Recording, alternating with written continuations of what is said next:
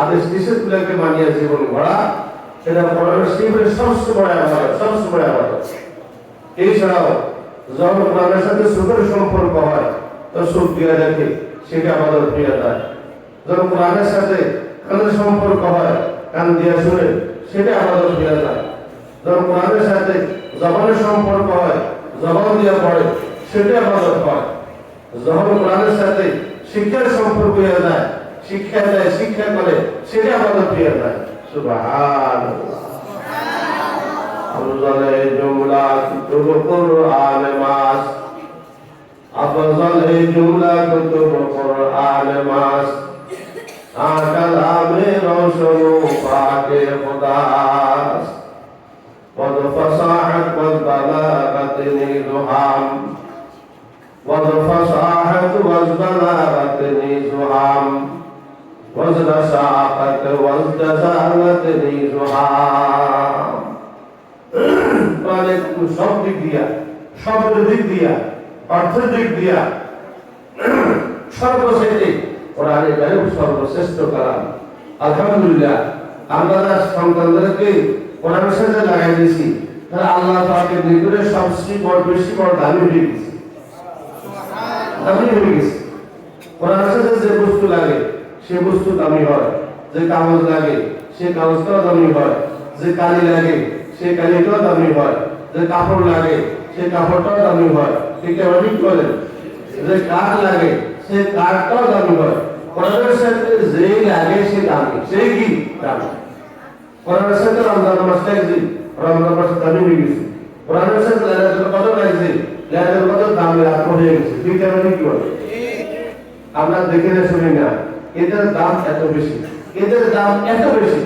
কয়েকটা হাদিস আল্লাহ রাসূল বলেছেন, রাসূল বলেছেন সাহাবে কোরআন অর্থাৎ হাফেজ কোরআন, যে কোরআন সে হেফজ করবে, কোরআন বলা হবে, আল্লাহ তাআলার পক্ষ থেকে মর্যাদা মানুষের তাকে বলা হবে, এ হাফেজ কোরআন, তুমি যেভাবে দুনিয়াতে ধীরে ধীরে পড়তা, কোরআন তেলাওয়াত করতা, তোমার উপরে জান্নাত, তুমি জান্নাতের তালা দিয়ে উপরে উঠতে থাকো, কোরআনের কারিমের আয়াত পড়তে থাকো, আর জান্নাতের তালার উপরে উঠতে থাকো। সুবহানাল্লাহ। তোমার যেখানে পড়া শেষ হবে সেখানে তোমাকে জান্নাতে থাকার ব্যবস্থা করা হবে। সুবহানাল্লাহ। বুঝা গেল? সাহাবায়ে কেরাম যাবে কোথায়? জান্নাতে। কোথায়? জান্নাতে যাবে। যে সুপরিমাণ পড়তে পারবে সেই ওই পরিমাণ জান্নাতের তালায় উঠতে পারবে। সুবহানাল্লাহ। এই হাদিস এক ব্যক্তি সম্পর্কে। আরেক হাদিস আছে, হাদিস পারে নবীজি ইরশাদ করে, হাফেজুল কোরআন, কোরআন ওয়ালাকে বলা হবে, হে কোরআন ওয়ালা ছাত্র যারা পড়তেছি, তুমি ডান হাতে তোমার আব্বাকে হাতে ধরো, বাম হাতে আম্মাকে হাতে ধরো, ডান হাতে আব্বাকে ধরো, বাম হাতে আম্মাকে ধরো, আর তুমি কোরআন শরীফ আয়াত পড়তে থাকো, জান্নাতের উঁচু মোকামে পড়তে থাকো। তুমি যেখানে তোমার পড়া শেষ হবে ঠিক জান্নাতের ওই জায়গায় তুমি এবং তোমাদের মা বাপ তিনজনে সেখানে থাকার স্থান দেওয়া হবে। সুবহানাল্লাহ। বুঝলেন তো? শুধু একা হাফেজ কোরআন জান্নাতে যাবে না, সাথে কাকে নিয়ে যাবে? আব্বাকেও সাথে নিয়ে যাবে, আম্মাকেও সাথে নিয়ে যাবে। বলুন না সুবহানাল্লাহ। আর হাদিসে আছে আল্লাহ সুবহানাহু ওয়া তাআলা হাফেজুল কোরআনকে জান্নাত দিয়ে দিবে। এরপরে বলবে তুমি জাহান্নামের দরজায় দাঁড়াও, তোমার আত্মীয়স্বজন প্রতিবেশী কারা কারা জাহান্নামের আগুনে গেছে এদেরকে তুমি জাহান্নাম থেকে নিয়ে আসো। আল্লাহ পাক ক্ষমতা দিবে ওই হাফেজুল কোরআন জাহান্নাম থেকে কমপক্ষে 10 জন জাহান্নামের আসামিকে জাহান্নাম থেকে বের করিয়া জান্নাতে নিয়ে যাবে। সুবহানাল্লাহ। একজন মন্ত্রী মিনিস্টার দুনিয়াতে খুনের আসামি একজনকে বাঁচাইতে পারে, ঠিক আছে, দুইজনকে পারে না। খুনের আসামি খুন, তার বিরুদ্ধে খুন করা, তাকে ফাঁসি কাটতে দাও, একবারে জরুরি হয়ে গেছে, ফাঁসি কাটতে ঝুলানো হয়েছে। এই অবস্থায় একজন মন্ত্রী তাকে বাঁচাইতে পারবে, কিন্তু দুইজন ফাঁসি কাটতে আসামিকে একজন মন্ত্রী বাঁচাইতে পারবে না। আল্লাহ তাআলা আদালতে দুনিয়ার মন্ত্রীর দাম নাই, মিনিস্টারের দাম নাই, সচিবের দাম নাই, কোটিপতির দাম নাই। আসলে কি বলেন? এই যে বাদশাহ দেখা যাচ্ছে এরাই মন্ত্রী হবে, আখিরাতের মন্ত্রী হবে, এরাই আখিরাতের মিনিস্টার হবে, এরাই আখিরাতের সচিব হবে, এরাই আপনজনদেরকে জাহান্নাম থেকে বের করিয়া জান্নাতে নিয়ে যাবে। সুবহানাল্লাহ। অভিভাবকরা খুশি হইয়া যায়, মা বাপ দাদা ছাত্রকে ভর্তি করেছে খুশি হইয়া যায়। আমাদের 2000, 3000, 5000, 10,000 টাকা খরচ করতে ছাত্রদের জন্য, আমার ছেলের জন্য, আমার কাজে লাগাইতেছি, এদের রসুলায় আল্লাহ আমাকে জান্নাত দান করবে, আল্লাহ আমাকে জাহান্নাম থেকে বাঁচাবে। বলুন না আলহামদুলিল্লাহ। এই জন্য আমরা যারা এখানে পড়তেছি বাচ্চারা, আমরা পড়াশোনা পড়বো ক্লাসের সাথে আল্লাহকে খুশি করার জন্য, আর আল্লাহকে কি খুশি করার জন্য। বস অন্য কেউ বলবে কি বলবে না, ওই দিকে খেয়াল না করবো। জাযাউল্লাহ, ইবতিগাউল্লাহ, আল্লাহর সন্তোষের জন্য পড়াশোনা পড়বো, ইলম শিখবো। আমার পড়াটা ইবাদত হবে, আমার শিক্ষাটা ইবাদত হবে। আল্লাহ পাক বলেন, আউযু বিল্লাহি মিনাশ শাইতানির রাজীম, বিসমিল্লাহির রহমানির রহিম, ইন্না নাহনু নাযালনা যিকরা ওয়া ইন্না লাহু লাহাফিজুন।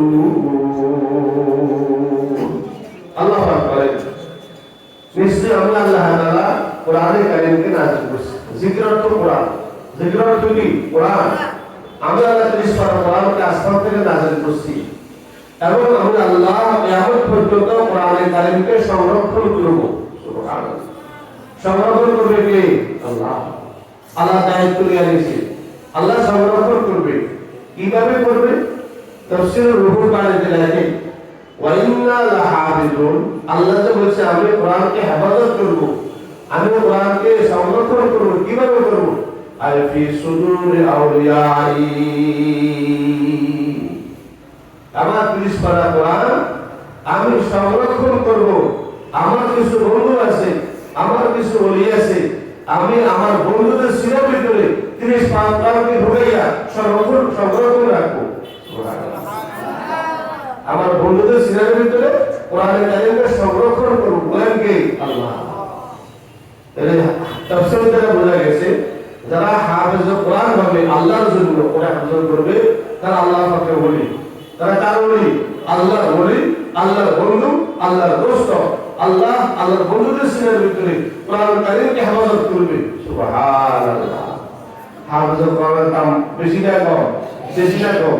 কিসের আইএবি, কিসের এমএ, কিসের ইঞ্জিনিয়ার, কিসের ডাক্তার, কোন সময় যা কিছু হয়ে গেল, এদের তুলনায় হাফেজ কোরআনের দাম কোটি কোটি গুণ বেশি, কোটি কোটি গুণ বেশি। সুবহানাল্লাহ। আল্লাহ পাক মুসলমান সন্তানদেরকে ইলমওয়ালা, দ্বীনদার, নেককার, কোরআনওয়ালা বড় তৌফিক দান করে। জোরে শুরু করি আমিন। বাকি কোরআন শিক্ষা ছাড়া মানুষ হতে পারে না, কোরআন শিক্ষা ছাড়া তো মানুষ হতে পারে না। ডাক্তার ইঞ্জিনিয়ার হওয়া যাবে, কিন্তু আগে কোরআন শিখতে হবে, আগে কোরআন শিখতে হবে, তখন মানুষ হবে, জান্নাতের সদস্য হবে। এরপর যতবার দেখতে দেওয়া হোক না কেন, কোনো অসুবিধা নাই। ঠিক আছে? কোরআন শিক্ষা বাদে যত দুর্নীতিওয়ালা হতে গেল, সেই শেষ পর্যন্ত নাস্তিক হয়ে যায়। কি হয়ে যায়? নাস্তিক হয়ে যায়, নাস্তিক হয়ে যায়। বলে নাউযুবিল্লাহ। ইলমে মানকুলাত ইলমে আম্বিয়া, ইলমে মানকুলাত ইলমে আম্বিয়া, ইলমে মানকুলাত ইলমে আসকিয়া, ইলমে মানকুলাত গন্দামি কুনাত, ইলমে মাকুলাত গন্দামি কুনাত। শিক্ষা দুই প্রকার আছে। মানকুলি শিক্ষা অর্থাৎ আসমান থেকে যে শিক্ষা আসছে, ওহির এলেম, এটাকে মানকুলি শিক্ষা বলা হয়। আর প্রকার মাকুলি শিক্ষা, জাগতিক শিক্ষা। যারা জাগতিক শিক্ষায় শিক্ষিত হয়, কোরআন শিক্ষায় শিক্ষিত না হয়, এরা শেষ পর্যন্ত গাঁদা হয়। কি হয়? গাঁদা হয়, নাফাক হয়, নাস্তিক হয়। বলুন না জোরে সোরে নাউযুবিল্লাহ। আর আসমানে এলেম মানুষকে আল্লাহর গোলাম বানায়। আসমানে এলেম, কোরআনে এলেম মানুষকে আল্লাহর গোলাম বানায়, আল্লাহর বান্দা বানায়, আল্লাহর ওলি বানায়, আল্লাহর খাঁটি বান্দা বানায়, জান্নাতি মানুষ বানায়। সুবহানাল্লাহ।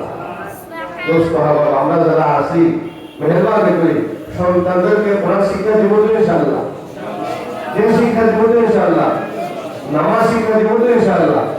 সন্তানদেরকে কোরআন শিক্ষা দেব, দিন শিক্ষা দিব, নামাজ শিক্ষা দিব, ওয়াজিব শিক্ষা দিব, জিকির শিক্ষা দিব, কালেমা তৈবা, ঈমান মুফাসসাল, ঈমান মুজমাল, কালেমা শাহাদা এগুলা শিক্ষা দিব। আগে মুসলমান বানাবো, এরপরে যত ডিগ্রি হলো কেন এই জান্নাতি মানুষ বলিয়া ইঞ্জিনিয়ার হবে। সুবহানাল্লাহ। ঠিক আছে কি বলে? আল্লাহ তাআলা আমাদের সঠিক বুঝ দান করে বলে আমিন। আল্লাহ সবাইকে সঠিক বুঝ দান করে বলে আমিন। ভালো লাগছে মাশাআল্লাহ। মাদ্রাসা মাহফুজুল কোরআন মাদ্রাসা অনেক ভালো মাদ্রাসা মাশাআল্লাহ। যারা পড়ে দিয়েছেন আল্লাহ পাক সবাইকে কবুল করেন, যারা পড়তেছে আল্লাহ পাক সবাইকে কবুল করেন, মহল্লাবাসীকে কবুল করেন, যারা খেদমত করতেছে তাদেরকেও কবুল করেন, যারা দোয়া করতেছে তাদেরকেও কবুল করেন। আল্লাহ পাক সুবহানাহু ওয়া তাআলা মাদ্রাসাকে ইখলাসের সাথে তাদের খেদমত করতে পারে আল্লাহ সেই তৌফিক আয়াত করেন। বলে আমিন। ওয়া আখিরু দাওয়ানা আলহামদুলিল্লাহি রাব্বিল আলামিন।